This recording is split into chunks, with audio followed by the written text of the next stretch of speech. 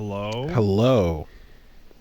So Am I okay? you are okay. You are here. You are here. You're alive. The preamble. Man, Jimmy though. Okay, so Man, Jimmy. the it's clear that the audience energy has decided how this is opening. The energy is clear. People have walked in with their signs and they're holding them up loud and clear. Thank you, Jimmy. Okay, so we're opening straight first salvo hot into a mouthwashing spoiler cast. Can you turn me up so my Jimmys can match the volume a little bit more closely? Sure thing. We can always do that. There you go. You're up. Everybody hates Jimmy. I hate Jimmy. So yeah, if you have not played Mouthwashing, do that. The following conversation is going to not hold back on any of the spoilers. It's a short game. It's playable in 3 hours, maybe 4, and it's very, very spoilable because it's very much it's like a movie almost, you know? You just kind of play through it. So, all right, spoilers are commencing. Man, fuck Jimmy. Yeah, sure, right?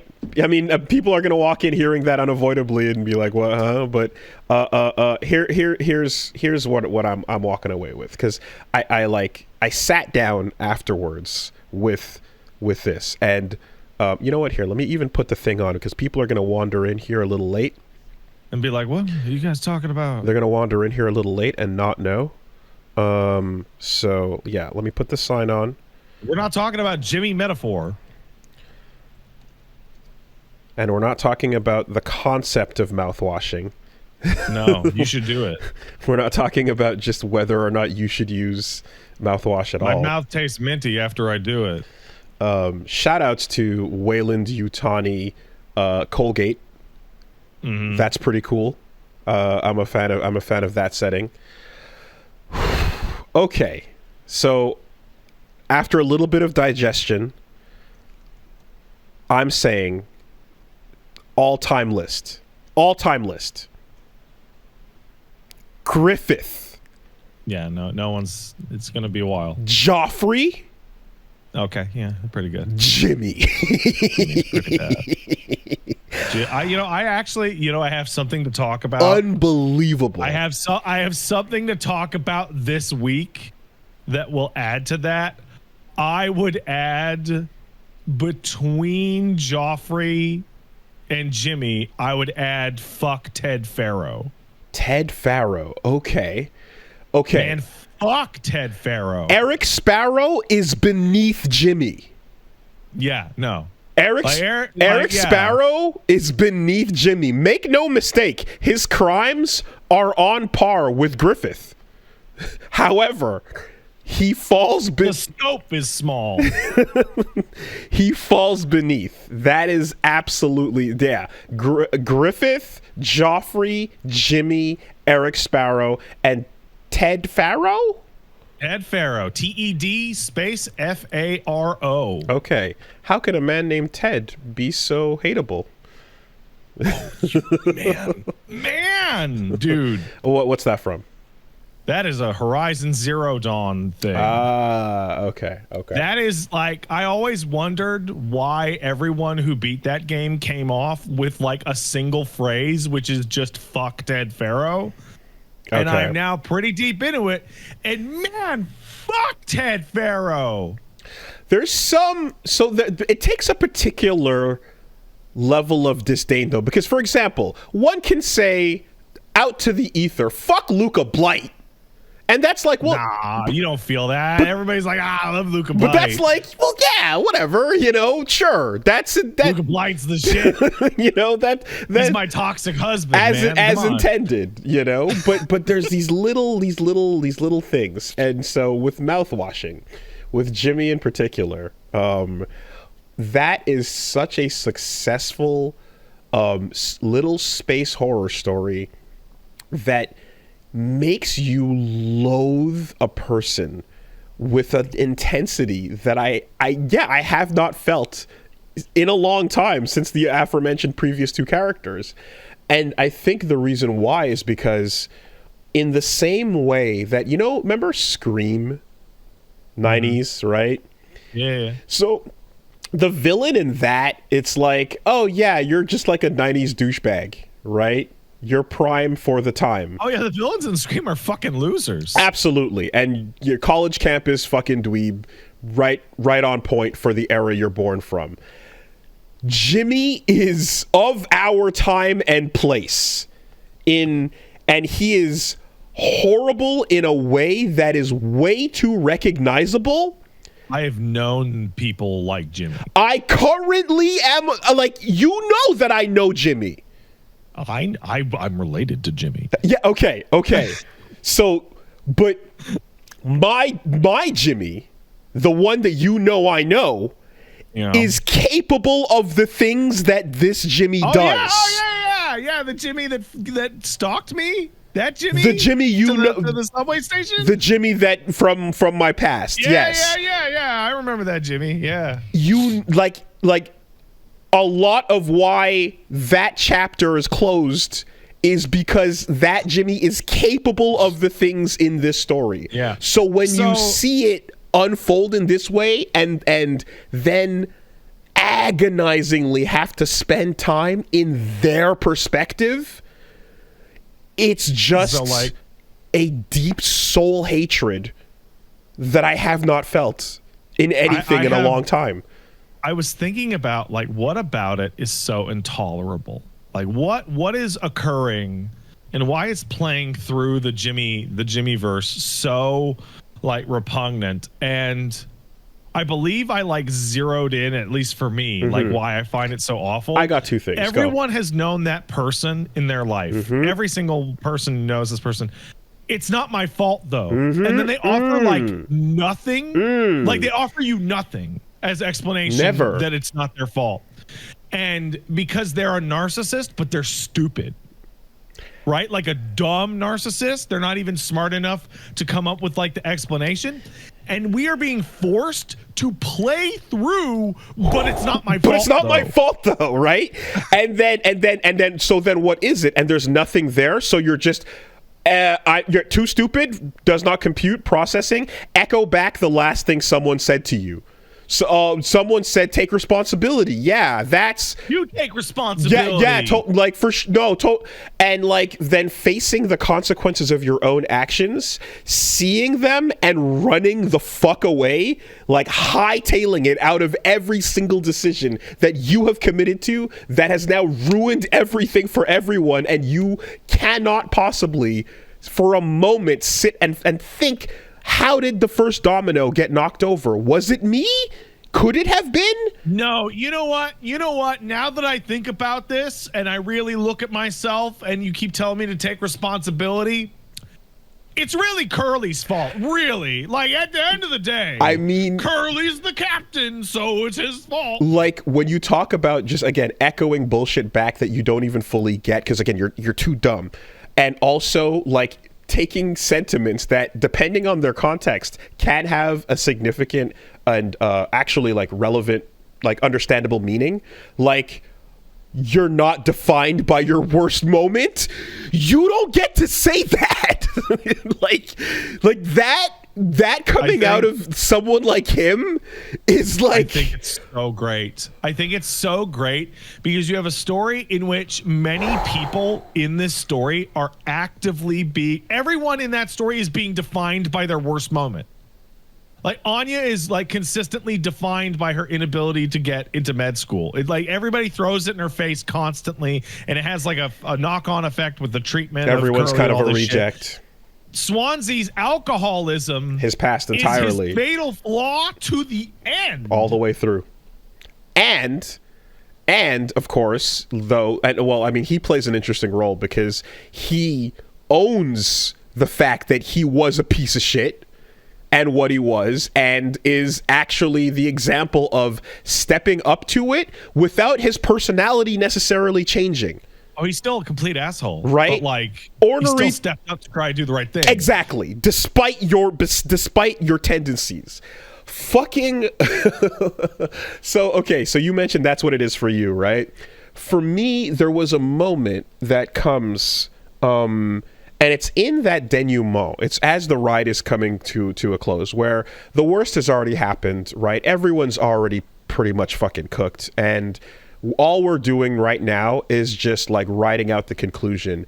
And you from the moment that it's implied what happened to Anya and how the whole like narrative shifts in that like in that initial moment, you kind of are waiting for that, like, okay, so we're going to spend some time with everybody to learn a little bit more about them, and you're kind of waiting for that with her, right? You're like, after being fucking raped, you would imagine that there's a really clear narrative moment coming to like examine all of this, and especially the fucking insane way that Curly reacted right at that point. And instead, you just fucking breeze past it. You spend no time with the victim whatsoever, right? Her tragedy is in the room at that point. And now, after like not getting that moment, and I'm like, aren't you? I'm like, game, aren't we gonna? And not only do you, because we're Jimmy now.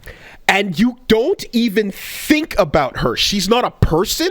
She's not like, she doesn't register as like a thought or a blip in his mind. The only thing that she is a consequence, in that there is a womb attached that has I gotta deal with this has a now. fucking god damn it, there's a a baby. It's God damn it. Somewhere deep in the back of the recesses of my mind. I don't even acknowledge a person there. And like this is while Flowers Daisuke, you know, is being thought about, and the admiration for everything Curly is, and you're just like, the most absolute supremely hateable type of person that does exist, that is someone you know in this world, and uses things that come from therapy, things that come from if you send narcissists to therapy, they get empowered and they get way worse, right? They get way worse. You don't understand what I've been through. I'm like, here's my prescriptions, and you need to show patience to me and the things that I'm doing. setting up a boundary to not talk about the crimes I committed. Of course. And then classic fucking what is it? Darvo, right? Deny, attack, reverse, victim, and offender.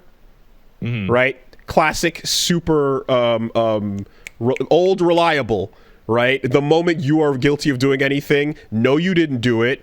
Fuck you, you did it. And you're doing it right now. And the fact that you're doing it to me, how dare you? What a piece of shit. I can't believe you do this to me. How do you think I feel about what you've just done? Right? Like, all of that, you get to watch it play out, and you get to watch the moment that his like cognitive pathways ignore every chance he has to own up to what he's done. It goes so far as to when Anya eventually kills herself, Jimmy is like, I don't even see this. Nothing. I literally can't even see it deletes it deletes the entire scene. Yeah. I don't acknowledge the existence, the pain, the trauma, or anything. I had nothing to do with it. It's not my fault. Cartoon horses. I think the part that is like specifically designed to push you over the edge and what set me over the edge is him like looking at a room of corpses going, I can fix it, guys. Yeah. I can fix it. Right, it's not too late. Bro, these people are dead. What are you gonna fix? You can still be a hero, right? I mean, when you get to that ultrasound moment with the fucking poly horse mascot womb thing, and I'm like, oh, what are we doing here? Come on. There's no reason for a like Sonic Dream Collection moment after. It's very different. Yeah, yes, it is. I was like, we don't need to what, and then it's like, oh no, this is what he sees, and this is what he reduces his entire fucking sexual assault to, you know? Mm-hmm. It is a phenomenally disgusting fucking piece of shit character that can't die fast enough. And while you're agonizingly stuck inside of his slow traipse through the flowers ending. You know, as someone like that narcissistic has to come to terms with the fact that they're actually imagine the weight of like thinking you are the center of the universe, but then having to pull the trigger on yourself, right? Oh yeah, right. The what I'm doing right now is really noble. I'm saving Curly. You know? But I'm the hero. I saved the ship. And so what fucking made me double take in a second was when Anya reveals her pregnancy. And Curly is like, well, at first she says it, and you're like, oh, wait, is there a different relationship between her and Curly that we didn't know about? And it's like, no, wait, he's surprised too. And he goes, that doesn't make sense. How could that have? And then it dawns on him, right? And what the captain does, responsible fucking Buck Rogers over here, says, okay. Oh, this is bad. I can fix it. We can fix it. I'm going to take care of this. It's okay. We can take care of this. And it's like, what the fuck are you doing? Like, Curly is like half responsible. Curly is absolutely. So like, I joke when Jimmy's like, Curly, this is your fault. Yeah, no, Curly is also at fault. Curly is an enabler. The most enabling, insane, does not take a moment at all to respond in the right way to any of that shit, and basically looks at Jimmy as like, I mean, like the fact, like Jimmy scored this gig because he felt bad for him, right? Like the whole thing was Curly and like giving Jimmy this opportunity, and then when you're supposed to step the fucking and protect everyone from someone that needs to be fucking quarantined at best, right? And his reaction is just like, oh, okay, no, let's play this out. It's not that bad. We can still salvage. Fuck you, dude. That's also, insane. Curly, you're standing there as your shitbag rapist friend is crying and muttering to himself, I can fix it, I can fix it, I can fix it, I can fix it. And you're like, I wonder what he's going to do in the cockpit. Right? I wonder how he's going to fix it. You know, who would have thought that your shining moment, right, of axing through your here's Johnny, but like Swansea is the most justified ever for axing through that fucking door. Like, get the fuck over here, you little shit. You know.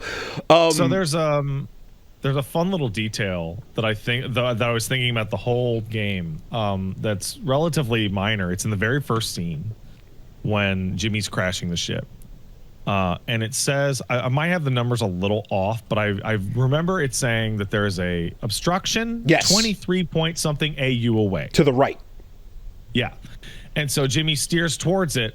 And in the in-game time period that you are spending, in between that, it says it's now 9 AU away. Right? So that really jumped out to me because I'm a fucking massive nerd for spaceship. An AU is 93 million miles. It's the distance between the Earth and the sun. Okay. So in like a minute, they traversed 1.4 billion miles. Okay. So and then they hit the rock, and the rock kept going for 8 months. They are like trillions of miles off course. No one is ever going to find them. Oh, ever. Just in terms of distance. Never going to find them. Okay. They're like 50 solar systems over from where they're supposed to be. So traveling at light speed, you know, or whatever beyond, if we're talking about solar distances here, we're on a metric that is impossible to ever salvage.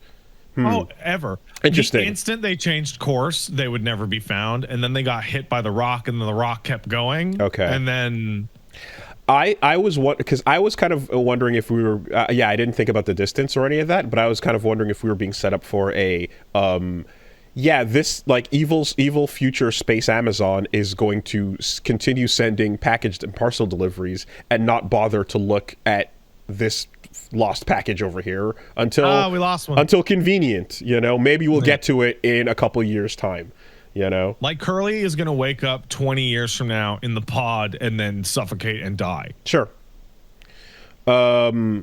Yeah. So all of that, just phenomenal use, of course, of, you know, on the technical side, the transitions, the fake crashes, which sometimes lead to real crashes. Oh man, what an insane moment that happened. Yeah. And what was I gonna say? Oh yeah, and just, yeah, the entire character of Swansea being this real interesting, just like, dude is barely holding it together, like, when things are going right, you know, and so they start to go wrong, and he's still, you're like, at first you're like, yeah, what an asshole, and it's like, no, he's still barely holding on to try to do what he thinks is the right thing based on his information, you know. And there's that interesting moment too where, like, he finds out, and he's like he spoke to Anya because, like, that conversation happened, and he's just kind of like, I know what you are, but you're in this situation, there's almost like, what can you do? And he's like, I'm gonna just sit here by the fucking pod and keep your ass away from it, and that's it, you know. That's it. Every bar he drops, especially towards in that finale, unbelievable. Fire. Swansea is killing it. And he actually, like, by telling you his story in that final moment, like, he, like, disassembles Jimmy as a character by just telling you what he himself went through and what it meant. And what's Jimmy's fucking response? Right over. Not a single word lands. No, I can fix it, Swansea. And he just gives the deepest, purest, it will haunt you forever, fuck you, from the heart. Like, that Swansea fuck you is the realest it's ever been. Because, yeah, like, what's the point? If there was any humanity inside you left that could acknowledge this, it might have been in that moment for a second. You know, you could just speed up that process by just having the gun turn a little quicker. Whatchamacallit, fucking Mass Effect 1 finale moment, you know? Mm-hmm. But no, none of it means anything because it's coming from an outside source and it's not validating, you know? And then you get the wildness of, like, his relationship with Curly as well, where, like, he's so envious, he's so jealous, he wants to be the captain, he wants all that fucking, you know, all the air, all the glitz and the honor. Captain sucks. Everyone just asks me for shit all day. Just help with the fucking pills of the problem you created. God damn it, leave me alone, get off my dick. Fuck. You know? And then the fact that, like, that same person that he's admiring so much, but he hates so much because of that jealousy, you know? He can't get over the fact that it's like, yeah, I want what you have, but I don't really want it. I just want to feel the good parts. And and he has that admiration, so it's enough for him to still kind of put him on a pedestal and see him in this divine way, you know? But also, I loathe you and I'm torturing you and I want to fucking hurt you at the same time. You know, there's when you look back at the beginning of the game and you're, like, giving Curly his pills the first time and, like, he's so resentful. He's like, how could you do this to us, Curly? Like, you look back at that now and you're like, oh my fucking God, dude, you're off your shit. Incredible. No connection to reality at all. Yeah. I mean, I shout this movie out often enough, but I really like Shutter Island because of how it deals with just mentally avoiding the problem and doing everything you can to pretend it doesn't exist, right? But here you get to see the cockpit as, like, the literal, like, reality is coming up and Jimmy just swerves that shit off the exit at every single point possible. Phenomenal short little story, artistically fun as well, with the you know, the low poly art style and walking around mixing the ingredients, charming, you know, until it's horrifying, of course. But I'm going to be thinking about that for a while, man. A character like Jimmy who just, it's all your fault and you accept none of it in the most 2024 way possible. Just fucking shit kid, you know? No, it's not my fault though. No, you know whose fault it is? the guy who can't talk, actually, it's his fault. He'd tell you, but got no lips. Yeah, and also, like, fuck these whores, am I right? Yeah, man. Oh, Just they're trying to steal my captain's salary. At the same time, while we're at it. I think it's really incredible for... I always love when any piece of media does this, when they sit you down and two characters look directly at you and go, this is a metaphor for the entire game. So when Curly's hanging out with Anya and they're talking about the view screen and she's talking about the dead pixel. There's a fucking dead pixel up there. And she's like, it's all I can see. And Curly's like, I can't even see that shit. I'm too focused on the big picture. And then that pixel grows and grows and grows and destroys everything. Remember your PSP? Remember that dead pixel that you could never unsee every time you fucking turned that thing on? I do. Yeah. Oh man, yeah, super great. And then, you know, Daisuke, for what it's worth, it's like people were saying himbo, and I'm like, nah, because himbo implies like some kind of like burly charm or to the dumbness. He's just a dumbo. he's just an airhead, you know. And yeah, and at the end, a layup out. But enough for Swansea to just be like, okay, yeah, he deserves to get out of here, I suppose. But what I didn't get from that conversation, and I suppose it was off screen, is the implication is that like Anya and Swansea talked, and Anya decided she did not want saving. I'm thinking that's probably what happened. I don't know. It's impossible to know. Yeah, it's also like, I gotta say, I mean, going in that direction after the intro, which starts with a classic little PT moment, where I'm just like, oh yeah, PT hallways, okay, right. Yeah. The effects of PT have been they forever changed the genre. And I'm like, okay, that's cool, but I hope we're not just going to be Five Nights at Freddying a cartoon horse being scary in these hallways. No. And thankfully, it does not do that at all. You know, it's really interesting because the walking sim was essentially created with Dear Esther a million years ago by Chinese Room. And I played that, and it's fine. It's a sad story about a guy whose wife passed away. They made a bunch of those, and Walking Simulator became very decried. But now we have a horror type of subgenre of walking sim, like Mouthwashing here. And PT was the turning point. And the turning point was, don't show people a big fucking wide open area only to seal them down to a single fucking walking path. If you're going to give them a single fucking walking path, make it like a narrow hallway. How about a submarine or a spaceship? Yeah, just make it so that you can't. You don't feel constrained by the logic of the game. You feel constrained by the environment. And when it does open up, like when you go into the mouthwashing fucking shipping area, it's awful. It's terrifying. Yeah, it's super scary. You're dropping into the pits of hell. Yeah. Phenomenal. Really, really, really good.